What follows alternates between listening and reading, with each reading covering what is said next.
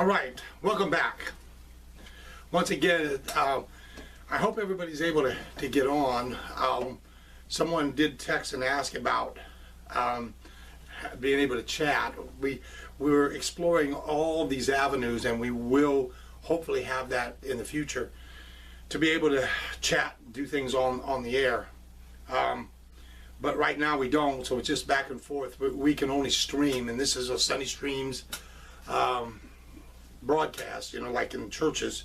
So it's all one way. The best we can do is email. We'll check the emails, and we'll make sure at the end of this that we'll take those questions. Or you can email me after, and or you can even call me. My number is 630-881-0135. You can call me, and I'll be glad to talk to you. But we will take care of that in the future. But we don't have it tonight, obviously. And I want to go into the second session of So What? So what? And we'll get to what that means. All those letters stand for something, but we're still sort of laying a foundation for that. And we're going to talk about probably one of the greatest parts of what we want to talk about, and that is really communication. We're going to talk about communication in general. Tied to our ability to communicate are all the unique characteristics of the human race.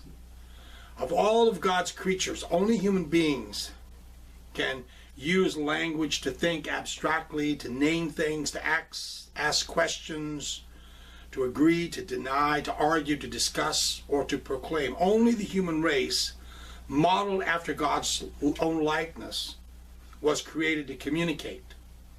And to be sure, some of the higher animals do display a certain limited ability to think and manipulate their environment through communication, but their abilities really pale into insignificance when compared to humankind's ability to think and to communicate. The contrasts are so vast as to suggest not merely difference in degree, but difference in kind.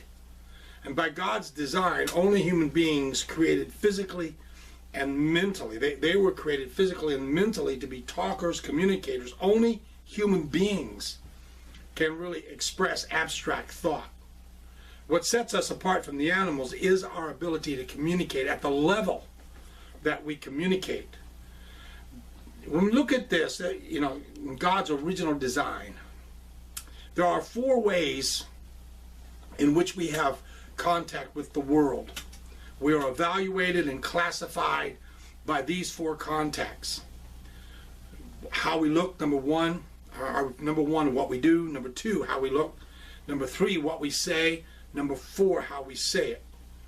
Now, the one I'm going to deal with is the last one, how we say it. In the beginning, God created the human race to communicate with Him and with each other, and He declared the results of that creative act very good. Genesis 1:31. God was completely pleased with His design. It was perfect. Adam and Eve, of course, blinded that perfect creation with sin, and thereby infecting all the cosmos with their rebellion. Even the image of God in their own selves was marred, and the untainted communication that the man and the woman had enjoyed with each other and with God was polluted by sin and by selfishness. And so thus did human beings become quite incapable of fulfilling God's design for the race, his original design. When we preach under the anointing or teach under the anointing, we are participating in a process that is restoring this wonderful communication to where it should be. When we preach under the anointing or teach under the anointing, we come the closest to this original communication. It is so true that as far as how God created us and how it relates to the whole system of communication, speaking is innate, writing is an invention. So writing is something we develop, but speaking is something God gave us. It's innate. So we're going to look at the nature of communication. What happens when people communicate with one another? And the answer is unbelievably involved, and I couldn't do it justice here. That's a whole course in and of itself. But let's just at least underline some of the especially relevant aspects of the process. At the simplest level, human communication involves 3 steps. Number 1, a source encodes his or her meaning in a signal. Number 2, this signal is transmitted to a receiver. And number 3, the receiver decodes it and attributes meaning to it. And to the extent that the meaning the receiver finds in the signal is similar to the meaning that the source intended, communication has occurred. As if they can get close, no one can do it perfectly, decode it perfectly. But if they can get really close, then that communication has occurred. To the extent that the 2 meanings don't match at all, communication has not occurred.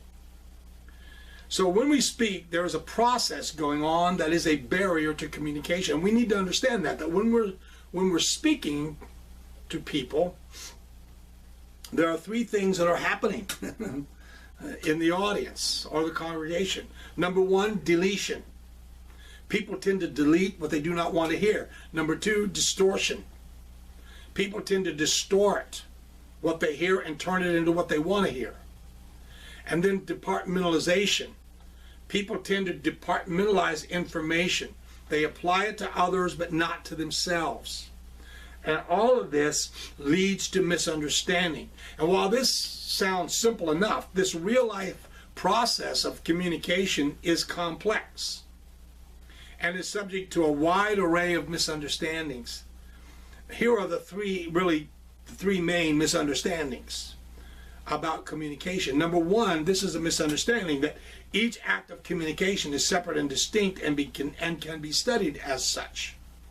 That's a common and a very tempting misconception because it appears to simplify to a great extent the task of understanding human communication. Unfortunately, communication is a much more complicated process than what it seems on the surface. No act of communication, whether it's a lesson that you're teaching, a speech that you're giving, or a sermon, can be fully appreciated apart from the context in which it occurs. Thus, we should view any given act of communication like we would view the eddy in a large river. We can focus our attention on it, but we will never understand it apart from an understanding of the surrounding water of which it is a part. It is a part of a system. So what is the river like as a whole? What specifically gives rise to this whirlpool? What are its characteristics and dimensions? How does it relate to other whirlpools, similar or different, that are around it? Those are just a few of the pertinent questions that we would have to ask in order to understand a simple eddy in a river. And they are analogous to the kinds of questions we must ask about any single event in the ongoing process of communication. What we do on any one occasion is part of a system. So that's what we're studying. We're going to study the system, the whole system. Whatever I do in any message that I preach, any Bible study I teach, any seminar, whatever, it's really part of a larger system of communication. So that's what we're studying. How does it fit in there? And so it's a misconception to say that you could study this one thing by itself and that it's an entity unto itself. It's not. It's part of a system. Another misconception and cause of confusion is that communication is linear in the sense that a message travels one way from a source to a receiver. That is true as far as it goes, but it doesn't go far enough. That is sort of true, but not completely true. Because it represents a vast oversimplification of normal communication. Except in unusual circumstances, human communication is always circular in nature. We are seldom a source of a message without also becoming a receiver of a message. Likewise, in the process of receiving messages, we will almost always become sources of messages in return. Thus, the process is circular. It involves both the sending and receiving of messages almost, often at the same time. When we think of a speaker standing before an audience or a preacher standing before a congregation, it is especially tempting to think of the communication as one way or unilateral. But every experienced speaker knows better. I've been speaking for many, many years, and I know better. The speaker does influence the audience, but the way it works, the audience also influences the speaker in a wide variety of ways, before, during, and after the speech, sermon, lesson, whatever. In fact, so strong is this bilateral influence that a sensitive speaker winds up wondering who has the greater influence, the speaker or the audience. But you feed off of the audience or congregation. You can have words on a page, you can have a message outline, you have your notes, but they're dead and cold, and when you're facing having to deliver them, you can't even imagine how this would ever do anything at all. But when you get in to the actual giving of it, the people, the being receptive, being responsive, that comes back to you. You feed off of that. So it's reciprocal and circular. The third thing is that, and this is a source of confusion, that the speaker transfers thoughts to the listeners. And this is one of the most common oversimplifications of the communication process. It seems to suggest that somehow, directly implant our ideas, that we have the ability to directly implant our ideas in the minds of another. If mental telepathy were possible, that might be the case. And certainly the Spirit of God can bypass the communication process and reach our minds directly. But apart from those very exceptional circumstances, we must depend upon symbols to communicate our ideas, and this introduces gaping opportunities for misunderstanding. Thoughts can exist only in someone's mind. Technically speaking, they can never be directly transferred. To be communicated, our thoughts must be encoded in some kind of a signal. It can be verbal or nonverbal, it's one of the two. We have verbal communication and nonverbal communication. And this signal is the only element that ever becomes public and observable by others. It's the signal. The receiver decodes it or interprets our signal and attributes meaning to it, and the meaning they give is based on a lot of their preconceived ideas, the way that they were reared, the beliefs about themselves, all those things. We talk about a lot of that in our mentoring program, this same principle. But this decoding process thus prompts the receiver's own thoughts. But notice that neither the sender nor the receiver's thoughts are ever anywhere but in their respective minds. All those thoughts are there. There is a sense in which the sender's thought exists in the signal, of course, but this is only a secondary existence. It really only exists in our mind, and we try to come as close as we can to being able to verbalize that, and hopefully when they take that signal in, our verbal signal that we've given them, that they'll decode it and get close to our meaning, the meaning that we wanted. When we want to communicate them, we attempt to choose the symbols that will prompt our listener to conjure up, our listeners to conjure up in his or her mind the thoughts that are as close as possible to the thoughts that we have in our minds. So these thoughts are transferable in two ways. There are two types of communication, verbal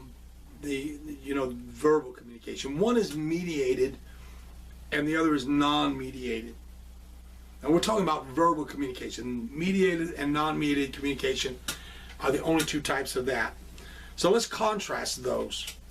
We need to really talk about the difference between mediated and non-mediated communication. Mediated communication includes all the ways people transmit messages through some interposing medium. radio, television, film, and print are all forms of mediated communication. Because you're not here in the room with me right now, this is being streamed, and so this is actually mediated communication. Non-mediated communication is direct. Actually, this is almost both, because this is actually direct communication, but you're not here with me, so it comes under the mediated communication. Non-mediated communication, on the other hand, is direct, immediate. It involves some kind of face-to-face contact. It is interpersonal. The two parties are present in the same general area at the same time. John wrote in 3 John verse 13 and verse 14, he said, and he contrasts in this verse mediated and non-mediated. He mentions them both. He says, I had many things to write to you, that's mediated, but I am not willing to write them to you with pen and ink. But I hope to see you shortly, and we shall speak face to face, non-mediated. So in 3 John verse 13 and 14, you have both mediated and non-mediated communication. The distinction between mediated and non-mediated communication is really important, because the use of media can have a profound influence on the results. In mediated communication, the source and receiver can be as far removed from one another in both time and space as can be, but yet they still communicate. This occurs daily when we use a CD, we read a book, we listen to, or we watch a video or something that was done at a conference somewhere, but that it could have been done a long, long time ago, and that's mediated communication. But the non-mediated communication, let's look at that. And there's two types of non-mediated communication. So almost all non-mediated communication tends to occur in one of three settings. The first and most common is a one-to-one communication, or what we call a dyadic communication. A dyad is a group of two. So dyadic, D-Y-A-D-I-C, dyadic communication thus includes all interviews or conversations with one other person. Because dyadic communication involves only one other person, it is typically the most intimate and private of the three forms of non-mediated communication. We position ourselves rather close to the other person and engage in direct communication. Usually such conversations are relaxed and they're familiar, and unless we're acutely shy, we experience very little or no speech anxiety, or what we call stage fright. Our communication task is relatively uncomplicated, since we must make only one other person understand us, and we must in turn understand just that one person. We can monitor the other person constantly, adapting ourselves step by step as we go. So the interchange of ideas is highly unrestricted, and we freely switch roles from source to receiver and back again many, many times in a short period of time. So what is more, since there are usually no others who hear our conversations, outside influence really play a very reduced role in this communication. And then there is a small group communication, and that is from 3 to say 15 or 20 people. That's a small group setting.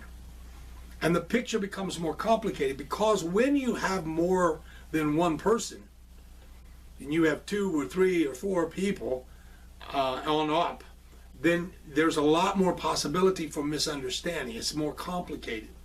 So the number of people in the group increase, the chemistry becomes geometrically more complex, the discussion becomes more public, becomes less intimate. The distance between people increases.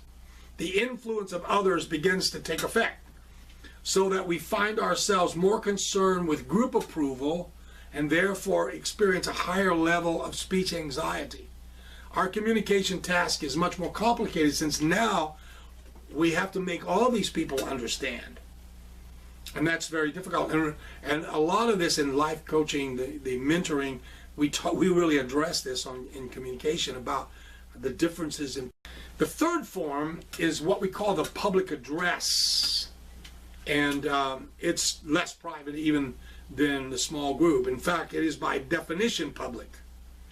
Intimacy becomes more difficult because the number of participants rises and the distance between speaker and audience grows. So for a larger group, a public address, anytime you get over 20 people, it's really an audience, and you are doing a public address. More people are involved, the influence of others on audience and speaker increases, stage fright can become much more pronounced, butterflies in the stomach, dry mouth, weak knees, because you have more people out there, and then that just does something. If you're not somebody that does a lot of speaking, that can be a really disconcerting kind of an experience. Since the speaker faces the difficulty of having to accommodate a wider range of people, the communication task becomes a lot more complex. Many more differences that have to be bridged. All kinds of attitudes are represented. All kinds of belief systems are there. So we have a really complicated situation. So you can see that there are advantages and disadvantages to all these three forms of non-mediated communication. Each has its own strengths and each has its own weaknesses. Thus, there are some communication goals which can be accomplished very well in the dyadic setting, but only very poorly in the public address setting, and vice versa. The small group setting seems to represent a sort of compromise between those other two. In the small group, there is a balanced trade-off of the advantages and disadvantages of the other two settings. But we're mostly concerned in what we're going to be talking about with the last one, and that's the public address setting. And so what are the advantages? First, there is the simple logistic advantage. We regularly face situations in which something must be communicated to a large number of people. To attempt to do this, if you wanted to speak to a group of people and you had 200 people and you tried to do that one-on-one, you had set up to deliver your message to each person individually would take a long time. Or even if it was a small group setting, it would still just be unworkable. So we opt for the public address setting, which has the advantage of reaching the entire group of people simultaneously, while avoiding the disadvantages of the various kinds of mediated communication. You're still face to face. You're there in the room, and there's something about that that's very powerful. A second advantage of the public address setting is more subtle, but it's very important. It's equally important. Because the preacher, the public speaker, the teacher, whatever, has the opportunity of programming the sequence of ideas and parts of the message so that they occur in a relatively organized pattern. So they have time to prepare. It's not just a random thing. If you were speaking to your friend, it's sort of random. There's not, you don't need to prepare to have a conversation with someone. But when you're speaking before this group, you have the time to put all this together in an organized way. And furthermore, the speaker can complete the development of ideas before receiving overt responses from the listeners. In the communication of many kinds of ideas, this can be a very great advantage. So we're going to be talking about the public speaking. The public speaking. This is the very, very powerful one. And I think it would be good to talk about first the characteristics of a good public speaker. And we're talking about whether you're a minister, whether you're a teacher, whatever. If you're called upon to give your testimony, or to give devotionals, whatever, however you speak in public, it doesn't matter. If to be a good public speaker, to be a minister, to be a teacher, you need to be these things. We're going to talk about those characteristics. And so there are 5 qualities that every Christian definition should include. And we're talking about, Obviously, since this is a seminary, we're talking about Christian setting, Christian teaching, Christian speaking, Christian preaching. So if you're to be considered a good public speaker in the Christian context, these are the 5 qualities. Number 1, integrity. Quintilian, the great Roman teacher of rhetoric, said, "The orator whom I'm concerned to form shall be the orator as defined by Marcus Cato, a good man skilled in speaking. But above all, he must possess the quality which Cato places first, and which is in the very nature of things the greatest and most important. That is, he must be a good man." Of course, you could say that in the generic sense. We could also add, or woman. So Quintilian believed that it is not possible to promote evil and be great at the same time. Thus, to be a great orator to him, one must first be a person of integrity, committed to what is good and virtuous. As Christians, our definition of virtue would be different from Quintilian's in a lot of important particulars, but we can agree with a broad conviction that to be great, one must first be good. And we can think of people who have been effective in accomplishing evil goals through public speaking. Adolf Hitler comes to mind. He's a prime example in our more modern times. Yet Quintilian would not have thought of Adolf Hitler as a great orator, even though Hitler was extremely effective. Nor we shouldn't think that either. We shouldn't think he was. Any Christian appraisal of public speaking or preaching must arise, it has to rise above mere pragmatism, by which whether the goals and means of the speaker are good when measured against the yardstick of Scripture. We have to use the yardstick of Scripture as whether a person is a good speaker or not a good speaker. We need to measure it that way. Is the speaker honest? Is he unselfish? Is he straightforward? Is he committed to good and virtuous ends? Is his motive for speaking right? Or is the speaker dishonest, self-serving, manipulative, and out to win regardless of the tactics that he has to use? From a Christian standpoint, only the speaker whose efforts are characterized by integrity can be considered a good speaker.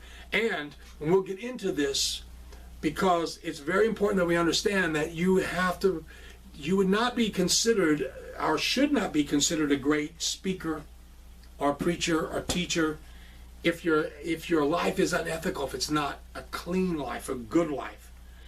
And that is another thing that comes under this heading. You not only have to be clean in the way you approach the pulpit and how you do your ministry, but also you need to be clean in your life. Your life needs to be clean so that your words have impact. And we'll get into that, as I say, in a greater way. Another characteristic of a good speaker is sensitivity. That is closely allied to integrity. Sensitivity. A good speaker has to be both willing and able to respond with sensitivity to the people that he or she is speaking to. He will have respect, or she will have respect for the congregation, the audience, and will not try to manipulate them. Knowledge. A characteristic of a good speaker is knowledge. So being a sensitive person of integrity is not enough by itself to qualify a person as a good speaker. Being willing to serve the people in one's audience does not guarantee the ability to be able to do so. There are no doubt many who will be quite ready to serve others in this way if they could, but they have nothing to say. They lack the necessary knowledge. As George Eliot said, "Blessed is the man who, having nothing to say, abstains from giving in words evidence of the fact." An older minister said to a new preacher who asked for advice, "Tell them what you know. Don't tell them what you don't know, for that will take too long." If any of you follow me on Facebook or on Twitter, I think that is such a powerful quotation. I put it out there. It's powerful, and ministers need to know that. And this is true. This is true. Unless you know something about what you're talking about, Why are you talking? So you need to have knowledge, and that's what this seminary will prepare you. That's what this is a very preacher ministry oriented seminary, and it gets into a lot of it. But there are a lot of the ministry side of it, a lot of the homiletics, the preaching side of it, and preaching. We have preaching resources that go with it, and teaching resources that go with it. And we want to also have all the courses that you have a complete education in all forms of Bible knowledge from the top to bottom, so that you know what you're talking about. Knowledge. And then desire. And we just spent a long time talking about desire. So a good speaker must have a desire to communicate. You know, many speakers really don't have that desire. And that's one of the main reasons why that they're not good speakers. They just have no purpose, no goal, nothing that prompts them to excellence. But a good speaker, by contrast, has something that he or she wants to say to the audience or the congregation. And without some desire to speak, the speech or message is going to remain flat and perfunctory for both the speaker and the audience. But with such a desire, the occasion can come alive with interest. The speaker knows that the sermon or the speech is worthwhile, or the talk or the lesson. They know they're worthwhile, and therefore they're motivated in spite of any stage fright. That's actually what kind of overcomes the stage fright. That's this desire to communicate his or her ideas. The audience senses the speaker's desire to communicate and they are infected by it almost immediately. And in this way, a speaker's sense of purpose or lack of it can often color the entire effort, marking the line between success and failure. Another characteristic of a good speaker is skill, communicative skill.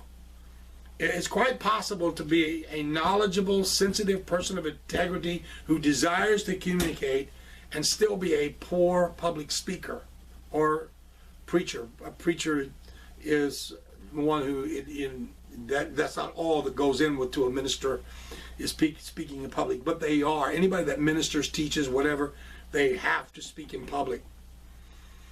And we've all heard speakers like this, that they're just bad. Why do they fail at speaking? Because of a lack of skill in communicating ideas effectively in a public setting. Now, this lesson, this whole course is designed to help you primarily in this last category, the skill. The thing is, if you're not a person of integrity, then this course is going to do very little to change that. And it cannot help you become a more sensitive communicator, and it probably won't aid you in becoming knowledgeable. This particular course right here about your subject and purposeful in communicating that knowledge. But there's one place that we can really help you, and that's skill. And no matter what your native ability is, somebody may have more native ability as a speaker or a minister than you do, but you can be as great as anybody who has ever spoken if you apply yourself, because this is a skill that can be learned. And so you need to learn this skill. This is very, very, very much. And then another characteristic of a good speaker is that they have a sense of responsibility. And in this sense of responsibility, we mean to the listeners. It would be like love your hearers as yourself. Be sure to love your hearers. And there are two areas that we need to pay close attention to as we consider the admonition to love our hearers as ourselves. Number one is manipulation. You can build a sermon on poor exegesis and illogic, and by means of rhetoric, you can captivate an audience and you can gather a following. You can influence people in a merely human way. You can even successfully propagate lies, as did Adolf Hitler.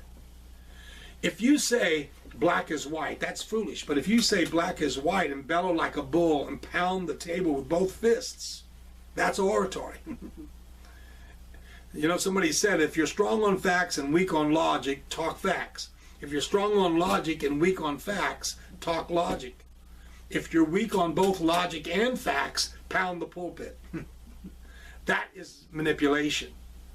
Helen Majeska, who lived from 1844 to 1909, and she was one of the most popular actresses of her time because she had an emotional style. She had a superb ability. And once to demonstrate the raw power of her ability, she gave a dramatic reading in her native tongue, Polish. No one at the sedate dinner party understood a word of Polish, but they were weeping at the end of her performance. It was just a powerful presentation. But only later was it revealed that the piece that had moved that sophisticated audience to weeping was the Polish alphabet. Manipulation. Manipulation is one reason why many preachers are hesitant about rhetoric, starting with Paul.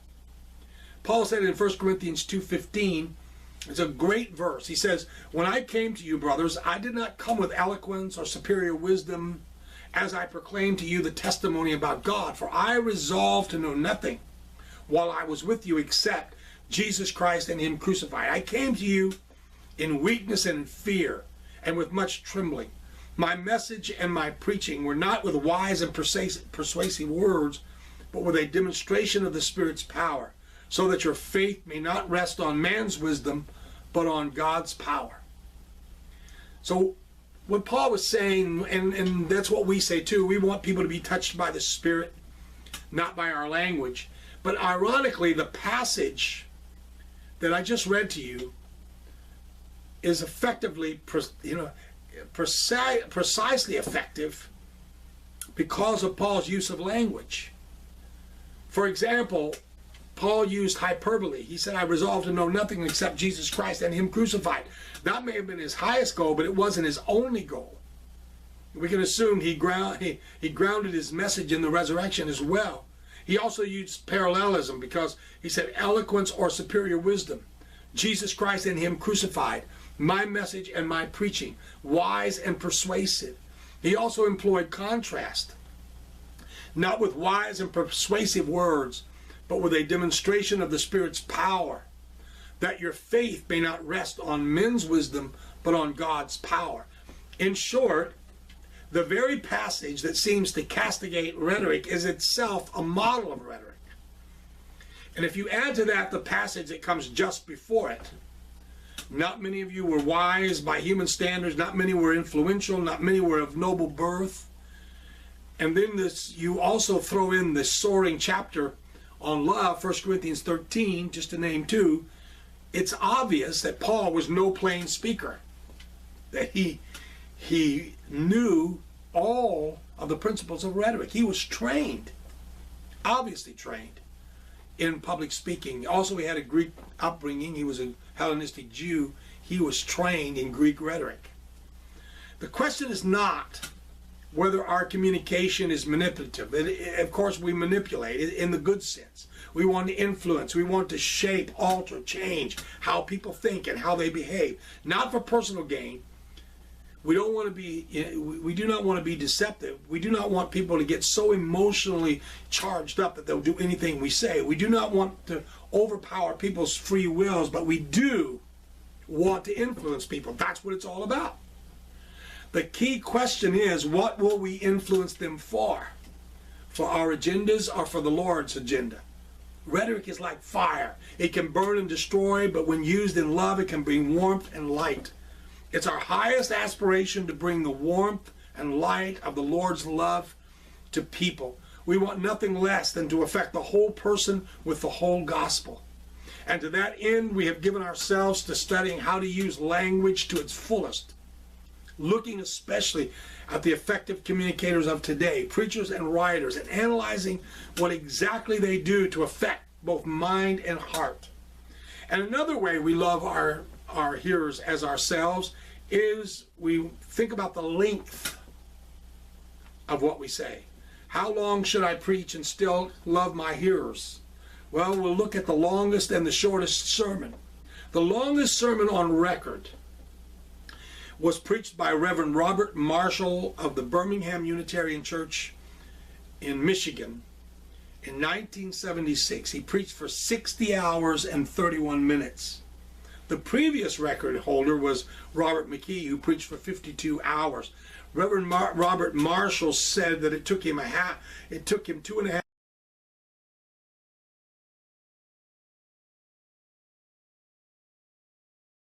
Shortest sermon on record was when Roy de Lamont was chaplain at Payne College in Georgia. He preached the shortest sermon in recorded history, as far as we know. You know, this is what we know in record. But it had a long topic, and the topic was, what does Christ answer when we ask, Lord, what's in religion for me? And the complete content of his sermon was one word, and the one word was nothing. And he explained later that that one-word sermon was meant for people brought up in this gimme gospel age. When asked how long it took him to prepare that message, he said 20 years. You think about Abraham Lincoln. Of all the presidents, he probably was the greatest speaker. He, you know, in reading his speeches, he seemed to always say the right things. His speeches always seemed to fit the occasion. And some say, well, his Gettysburg Address is only 2 minutes long, so see, you should just preach 2 minutes, I guess. Keep it short. But the Gettysburg Address was just that. It was an address, and it wasn't really a speech. So you can't really use that as an absolute example of the length of speech. The most effective speech of Lincoln's life was a speech that he gave in the Cooper's Union in New York City, and it was the one that got him elected president, actually, and that speech was 3 hours long. It was the most effective speech. So if you want to use Abraham Lincoln as a rule of thumb for length of speech, you can preach anywhere from 2 hours, from 2 minutes to 3 hours. But the truth is that you can speak as long as material permits, and when the material runs out, it's time to sit down. And all material should be carefully managed. That's what we want to talk about, managing that material. Good sermons need not be long, and bad ones ought not to be long. A sermon wearies people by its length, seldom by its depth. Calvin Miller said of one minister, his tonus is mono, his tempus is longus. The three most common lies that are told: the check is in the mail, I'm from the government, I'm here to help you, and I'll be brief. Preachers lie, ministers lie, the speakers lie all the time when they say I'll be brief, and they're not brief. Many ministers, in preparing their sermons, never seem to prepare a place to stop. There was a newspaper that, in printing the title of a minister for his church ad, said, instead of reverend, they put never in. They changed the R to an N. One pastor asked George Burns, of all people, I don't know why, the comedian, how to interest people in his sermons, and he answered, well, he said, have a good beginning and a good ending, and have them as close together as possible. In Scotland, there was a stranger in the pews who whispered to a deacon beside him and said, isn't the ministry done yet? The Scottish deacon said, yes, he's done, but he will not quit. One small boy fidgeted during an unusually long sermon, and he finally pulled on his mother's sleeve and said, Mommy, if I put more money in the plate, will the minister let us go home? To think about what kind of mental picture poor kids have. And I think about my own daughter, my youngest daughter, whose name was Erin, when she was 4 years old. I came into where she was playing, and she had all of her dolls lined up on the couch. And I stopped and asked her, I said, what are you doing? She said, I'm playing church. And she said, I'm the preacher, and these are my prisoners. I thought, whoa, what is her idea of church and preaching? I think in South Africa there's a tribe that probably has evolved an effective system for the regulation of their speakers that we should emulate. I think this would be great. Their speakers are limited to what they can say while standing on one foot. As soon as the other foot touches the ground, that's the end of the speech. That's not bad, I guess. I wouldn't want to live by it, but that's not bad. Winston Churchill said with one of the opponents in the House of Commons, he said in his speech, he said, we know that he has, more than any other man, the gift of compressing the largest amount of words into the smallest amount of thought. And I think that's we want to love our audiences. We need to be concerned about the length. It is not enough to love preaching or to learn to love to preach. We must love those to whom we preach. And love is a very practical thing. In Alice in Wonderland, the king said to the White Rabbit, begin at the beginning and go on until you come to the end and then stop. That's good advice for ministers and public speakers. Very good. Martin Luther said, it's not necessary for a preacher to express all his thoughts in one sermon. A preacher should have 3 principles. First, to make a good beginning and not spend too much time with many words before coming to the point. Secondly, to say that which belongs to the subject in chief and avoid strange and foreign thoughts. And thirdly, stop at the proper time. Last night, or well, this now has been some time ago, when I pastored, and it was one night before Sunday, and I took down a book from my library shelf, and I looked inside that book, and I had written something there. And what I wrote was, would I come to church twice on Sunday to hear myself preach? And then I remember why I wrote that. Because I was preparing for the ministry when my former pastor wrote those words to me. And I wrote them on the flyleaf of that book to remind me. But he wrote them in a note to me. And we had been talking about preaching. And I was showing him a textbook that I had, and it was an old book, and it was The Preparation of Sermons by Andrew Blackwood. It goes back a long time. I doubt now if in seminaries they even use that book at all, but I still have a copy of it, and I recommend it. It's a good book. It has a lot of great information. And he asked me that question, and then he wrote it in a note later. He asked me, when reading this book, he said, you should always ask yourself, would I come to church twice on Sunday to hear myself preach? And I took the words off the note that he wrote me, and as an outgrowth of the conversation that we were having, and I wrote it in that book, always to remind me when I went back to that. Since that day, I have often asked myself that question as I stood up to preach. Would I come to church twice on Sunday to hear myself preach? We sometimes get very aggravated. You hear it, it'll creep into a minister's voice as he'll castigate the people that are there. He's trying to reach the people that are not there. They're not there, so he's kind of castigates the people that are there in the name of those that are not there. But I think sometimes, when we do that, are we overlooking our own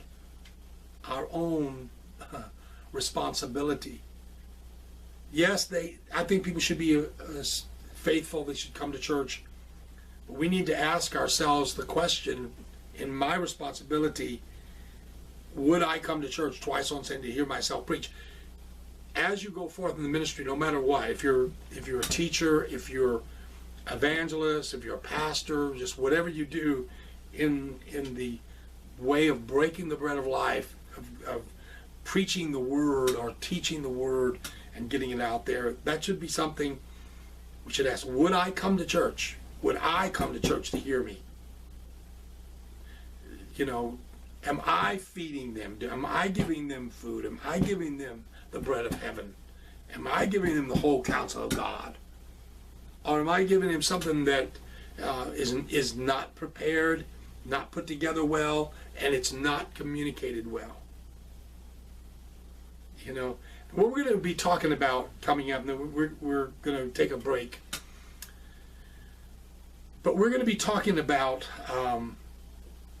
some things that will help you to organize, to do a good outline, to organize your thoughts as we go through this, to be able to really say something.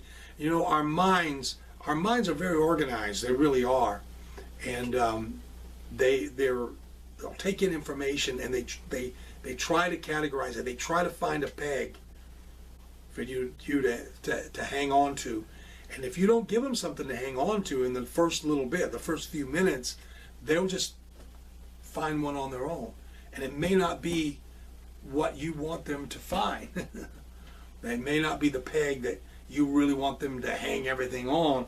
And so we need to learn these things. So we're coming up. So the test questions from session 2 are right there in front of you. You know, the first question: all the unique characteristics of the human race are tied to our what? We are evaluated and classified by what for contacts. All that information we just talked about. While we speak, what things are happening in the audience, remember those. What is mediated communication? What is non-mediated communication? Then write a short essay on mediated and non-mediated communication. Now we're going to go on and we're going to get into in the next session. We're going to take a break, and then right at 8 o'clock, we're going to come back 8 o'clock Central Time. We're going to come right back, and I'm going to be talking to you about what is preaching. What is preaching? So take a break. Appreciate you participating, and please email us, contact us if you have any questions. If you want to enroll, some of you are taking this in. If you would like to enroll in this seminary, it's very, very inexpensive. We're introducing it, but I tell you that it is quality. I think you will enjoy all the things that are in this